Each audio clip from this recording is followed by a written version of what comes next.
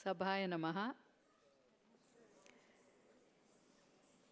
ఈరోజు భారతి గారు, విక్రమ్ గారు మనకు ఇంతమంది కళాకారులని ఒక వేదిక మీదకి తేవడం అనేది నిజంగా వాళ్ళు కళా సరస్వతికి వాళ్ళు ఎంత సేవ చేస్తున్నారు అనేది మనకు చాలా అర్థమైంది. ఈరోజు ఈ కళలన్నీ చూస్తే మన భారతీయ సంస్కృతి ఎంత గొప్పదో ఇవాళ వాళ్ళు చూపించారు మనకి.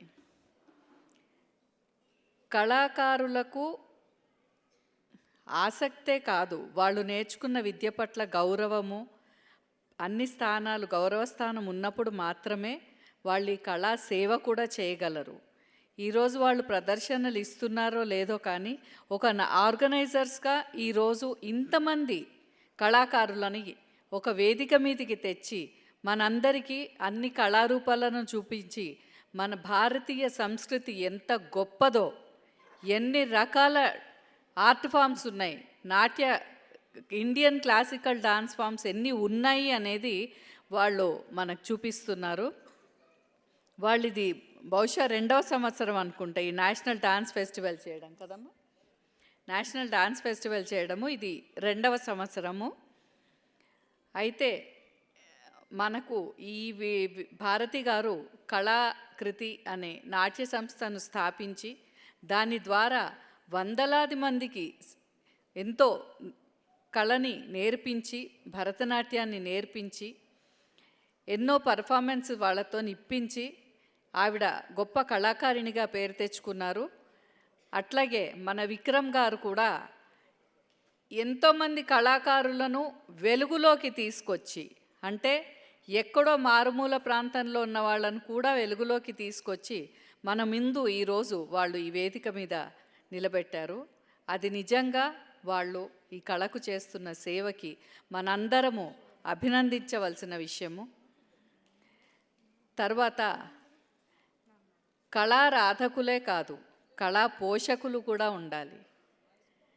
మనము కళని వేదిక మీదకి తేవాలనుకుంటాము, కానీ దాని వెనుక కళా పోషకులు కూడా ఉన్నప్పుడు మాత్రమే ఈ కళ ఒక వేదిక మీదకి వస్తుంది, నలుగురు జనాల్లోకి వెళ్తుంది, నలుగురి మనసుల్ని ఆకట్టుకుంటుంది.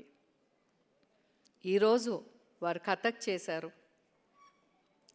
ఒడిస్సీ నుంచి జానపద నృత్యం చేశారు. మనకు కళలన్నిటికీ కూడా జానపదమే బేస్.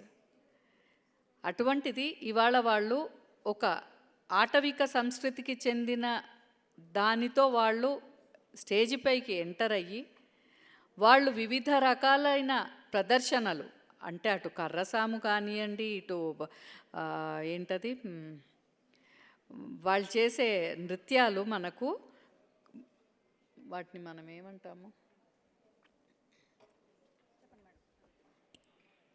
కరసాం కాకుండా వాటిని మనం ఏమంటాము,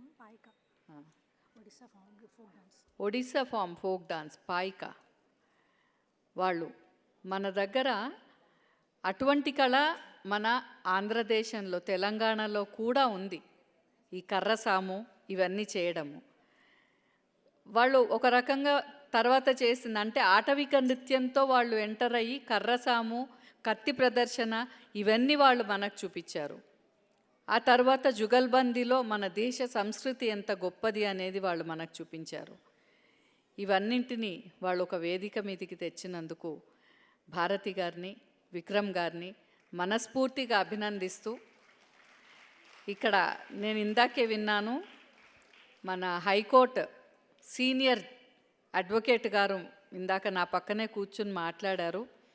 వారికి కళలంటే చాలా చాలా చాలా ఇష్టం అని చెప్పారు. ఇట్లా కళాకారులను ప్రోత్సహిస్తూ కూడా వారు ఏదో ఒక కొంత ఆర్థిక సహాయం కూడా చేస్తున్నానని చెప్పారు.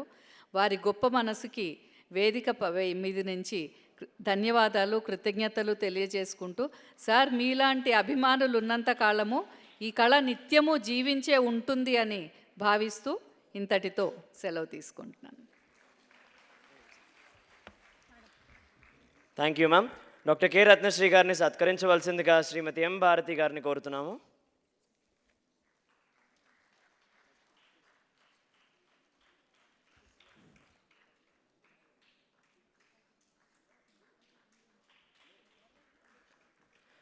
Being in the